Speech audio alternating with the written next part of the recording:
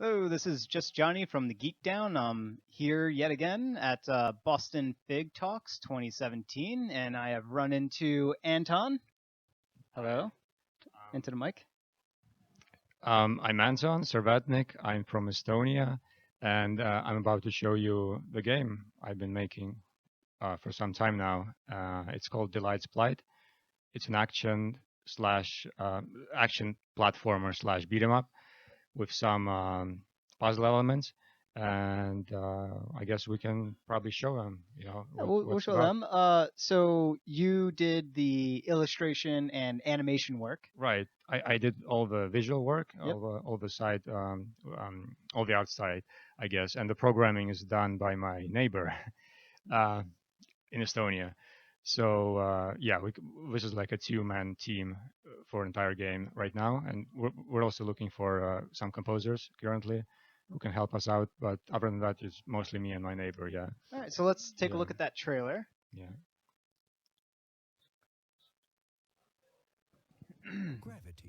Or some random ad.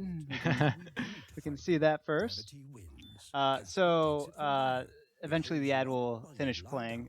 So for That's what okay. you have in here, it looks pretty fantastic. I'm certain that once the ad finishes and the viewers see the actual trailer, now that is actual gameplay, right? Right, right. It's still in development. A lot of the things which you will see in the trailer, but we are releasing a demo, hopefully next month, because just of the very beginning of the game, so you can try it out yourself. If you go on on the Facebook page, which you can probably, Yeah. So well, what's the link for the Facebook page? it's facebook.com/delightsplight. So Delights Blight. Plight. Plight. Yeah, yeah, Plight. right. So Delight's Plight, which you can see here, and now you can see on the trailer of what's happening, and this looks like a really well animated cartoon that is also drawn by someone who has some slightly disturbing tendencies. It looks great. It's just look, a bird just got its skull ripped off. There's like giraffes like ramming their heads. Ramming giraffes. You usually don't think of a giraffe as a ram-like creature, but you Well, did now it. you do now. Yeah, Yeah, now you do. witness the first kind. So the animation work here, just from seeing as I mentioned, and as we were talking before this interview, I mentioned Cuphead as something that sort of what this reminds me of, just really high quality animation work. Now Cuphead has that filter that's Right, overlaid on top to make right. it look older. This doesn't have it. This looks like a more modern cartoon that's sort of happening. Right. Cuphead, yeah, it has a very unique 1930s kind of cartoon, kind of rubber hose style animation there. But what we're going for here is more, yeah, is definitely more modern, more kind of surreal. I mean, Cuphead also has a lot of surreal moments, but I guess this one is a little bit more experimental, I guess. Just a little bit. Just a little bit. There is some things I have never seen before in this video.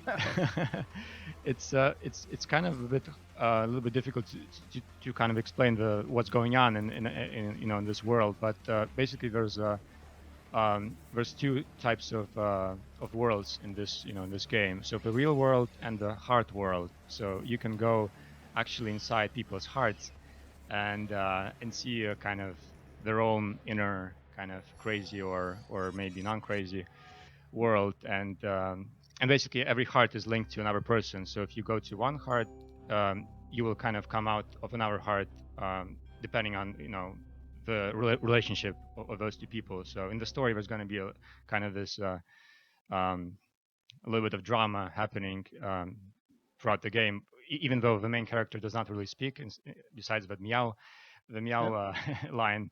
There's going to be a lot of dialogue from side characters and all the other characters in the game. Now, I know that the trailer just finished playing. This is just a clip of some of your animation work, right? Yeah, yeah, Okay. So this is running off of your YouTube right. Channel. page, your YouTube channel, which is pretty easy to find if you just follow the graphic that's down there. AntoonScape.com. It'll eventually steer Yeah. you towards all the places that you need to go in order to check out this game. Now, earlier, and I'll cut this a little short and go back to that trailer. Yeah. Earlier, you said that this game is actually almost ready to be demoed Yes. for the public. Right. Right. We've been making this demo for some time now, because we keep adding like a lot of new kind of gameplay elements to it to make it more kind of more interesting, more fun, not so repetitive like a lot of action games are. Yep. You kind of run around and hit one button all the time, and we're not really looking into that. Uh, we kind of want to have a lot more variety, even for the very first world, of the demo, which we're going to be publishing. We want to have as much of kind of different styles of gameplay as possible in like the 4 levels. I think it's going to be like 4 levels where you can see like which choices you can make in the game. So depending on the choices which are available to you, you will kind of have a different, obviously like slightly different kind of progression in the game, and how certain characters will react to you and stuff. Okay, so there's a little bit of that. Yeah. All right, so this is it looks like it's a linear game, but it does have segments where your linear level progression is going to teeter off towards whatever decisions you make. Something that I'm thinking of along the lines of like Castlevania 3. Oh, where you okay. can I never kind played of- that, but maybe I think So- yeah. Yeah, so it's have you played any of the I Castlevanias? played only the one on DS, Dawn of Sorrow. I Oh, think Dawn okay. of Sorrow. Very different. Yeah. But it's a linear game. It's go from left-hand side of the screen to the right-hand side, and then when you get to the end, you're done with that level and you move on to the next level. But in Castlevania 3, you can eventually find ways to unlock other levels, other pathways, Oh, okay. and it's still eventually they all sort of lead towards the final destination of killing Dracula and whatnot. Right. But you can take different routes on how to get there. So it that's seems like that's actually that's really close to what we're trying to do here. Okay, right. yeah. So you have like a choice in certain levels, either to defeat the boss or to kind of cure it in a way that it's all part of the plot in the game, which I don't want to really spoil yet. But this is just one example how you can then kind of get the help of that enemy in the later parts of the game. So that's just one example, right? So if you defeat the boss, when you just get like maybe a new ability, but then you will not get some help from him later, or So yeah, it's up to you, yeah. kind of, right? That's kind of like a little bit of Bioshock in there. I guess, where, yeah. where you either choose to kill the little girl or save her. Right. I didn't really play it, but I think I've heard that a lot about Yeah. Bioshock. That the choices, it's really popular there. Yeah. So you mentioned so the name of the game is The Lights Play, as we saw. Yeah. The gameplay. So it looks like it's side scroll, very fast, sort of action brawler, but on rails. Right. Exactly. Like an on rails brawler. Exactly. That's you just did the perfect description, because as you run, there's actually 2 types of levels in the game. Most of them are on rails. You kind of run around in one direction. Mhm. There's going to be levels where you will be kind of switching directions in the later parts of the game, but in most cases you'll be always like going in one way, and at the same time you will be able to perform over 8 different actions. Mhm. So for example, depending on the enemy type, right, you can attack at a different kind of either locations or spots of the enemy. So if the enemy is coming right, kind of below your I don't know, your level, I guess, your what do you call this? I mean, if it's coming right towards you, then you can use the kind of the basic attack, right, to hit it, and it's gonna be knocked out or something. But if it's going a little bit kind of fast, and at the same time it's having some kind of spikes in front of its face or in front of its head, then you will not be able to just hit it with the basic attack anymore. So you have to jump and then do the down slash. So you have to see how your enemy looks, and based on how it looks and how it's sort of coming at you and whatever type of attack it's doing, you have to choose a different way Right. of engaging it, either going directly heads on with it, and as you said, if it has spikes on its front side, like you definitely don't want to attack its front Right. side. We Right. learned that very early on Right. in Mario. You Exactly. don't attack things with spikes. No sharp. Yeah. No sharpies. Yeah. um, Another example is basically aerial enemies, right? So some enemies will be flying kind of above you or kind of slightly next to you, and you will also have to kind of choose which aerial attack you want to use. So you have while you jump, you have three different attacks you can perform. So as we just mentioned, this down slash, then the forward slash, and the up smash. It's kind of like not smash slash, Yep. because this actually almost seems like it's a Smash Brothers game. If you played Smash Brothers, Oh, yeah, you'll know yeah. exactly what I'm talking about then.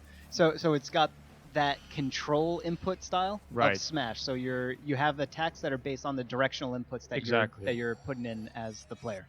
Right. Yeah. So you have a lot more kind of choices or kind of patterns, to attack certain enemies. It all depends what's coming next to you. You kind of have to think fast and kind of react to what's. Oh, so maybe something along the lines of Punch Out style pattern recognition. Actually, yes, that is also very true. That's accuracy based. Yeah. This game looks so good, and right now the things that we're discussing gameplay wise is like tickling all of my fancies. We have another ad here, but the trailer will play again. But that sounds pretty cool. There's also the mechanic which we just added recently. It wasn't done until only 3 months ago. The block, I mean not block, sorry. What's it called in English? We're trying to translate that. It's basically a cat scare, kind of a fright attack. Well, it's not really an attack. It's more like in the lines of you can deflect projectiles or you can absorb them. It depends on a certain kind of something along the lines of like feigning, like faking that there's a vulnerability, like like making yourself seem like there's a vulnerability for the opponent to strike at, but what you're actually doing is setting up a counterattack. Is that actually, what it is? It's more like a counterattack. Yes, okay. It's more like counterattack because, but you can't counter anything.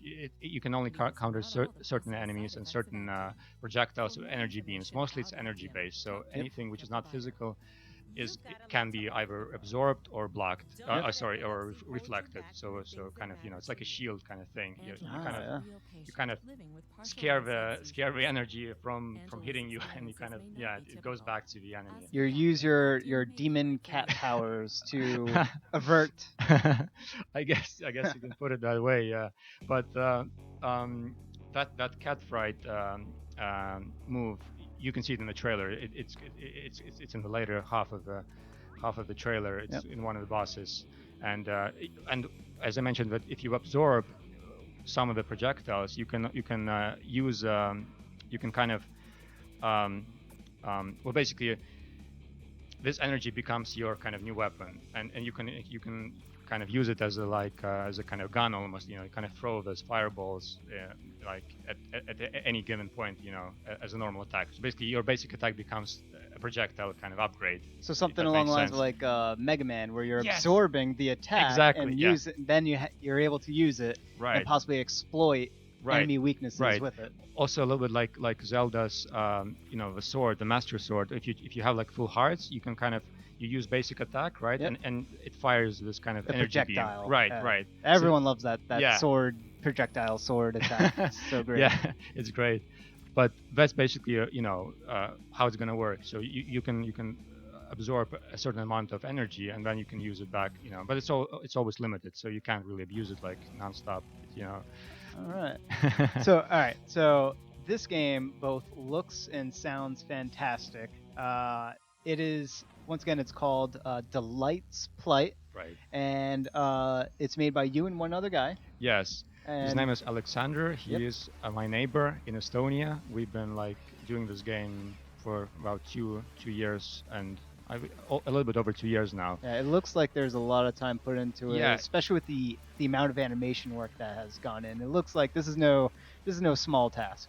Oh well, yeah. I mean, it can take either a really long time if you're not in the mood, or it can be a surprisingly I guess fast at certain points if you're really like spending like nonstop like every single day for a period of time, and it becomes kind of a lot more faster than just doing it once a week, because we're doing this without any like budget right now. We're just in our spare time, so So this is a side project. This is not right. your main job. Right, Yep. exactly. Yeah. So we're hoping, to kind of maybe get a support, or some kind of I don't know, maybe a publisher support. We're not sure, but anything which can kind of make us work more on it, so that it can be released faster, the full version. I mean, of Oh the yeah. game.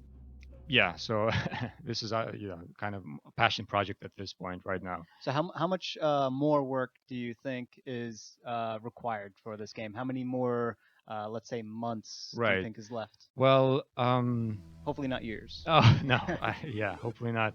I'd say about about 6 months for sure. I mean, because we wanna make sure it's as polished as possible. We don't want to rush anything, kind of, Yep. even though we feel it's good. But if something else isn't really working, then it's yeah. I think it's best to just to kind of wait and make sure that every little element works exactly as needed. That Shigeru Miyamoto said that is that quote about the Yeah. rushed game. I can't remember how exactly it was. What is it? A bad game cannot be, or what Uh, was it? oh, everyone fudges this. It's something along the lines of a rushed game uh uh has the potential to be bad, but a delayed game can eventually can turn a bad game to good. Something Right, along the right, lines. right.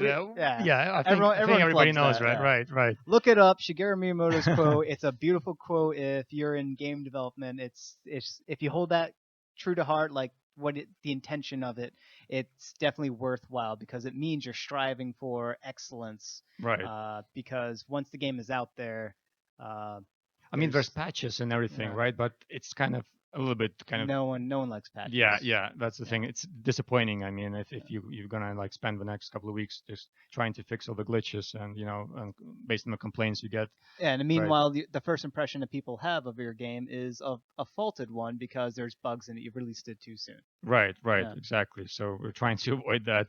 I mean, That's great to hear. Not too many developers are willing to dedicate that much into something. A lot of them do tend to rush their projects along and sort of just release it because they've been working on it for so long, right, and they need to release it in order to generate that revenue. So right, sometimes they get right, right. pressured. Sometimes if it has a budget, if there's like a specific contract work, involved, then I guess yeah, it's understandable that they want to like, Yeah, they have to follow specific dates and all that. and deadlines. Yeah, Right, yeah. right, yeah. But but if you're doing everything, like on your own, without any kind of pressure, I guess, deadlines, then yeah, it's like a lot more, it can You could work out smoother. take the time to really massage it into something beautiful. Exactly, right? I Yeah, mean, that was a it weird makes, reference, but all right, I'll use that but it for works. analogy. Yeah, it does work. All right, so we'll close things off here. So once again, this is just Johnny from the Geek Down. I'm here at Boston Fig 2017 and talking with Anton. And we discussed his game, Delight Plight, which will hopefully a demo will be coming out in a month or so. Right, And on you the can see the page. link on the Oh, it's page, and there, you can yeah. see the link on the page. It's linked right over there, and if you go to that, you'll be able to find more information about this very interesting game.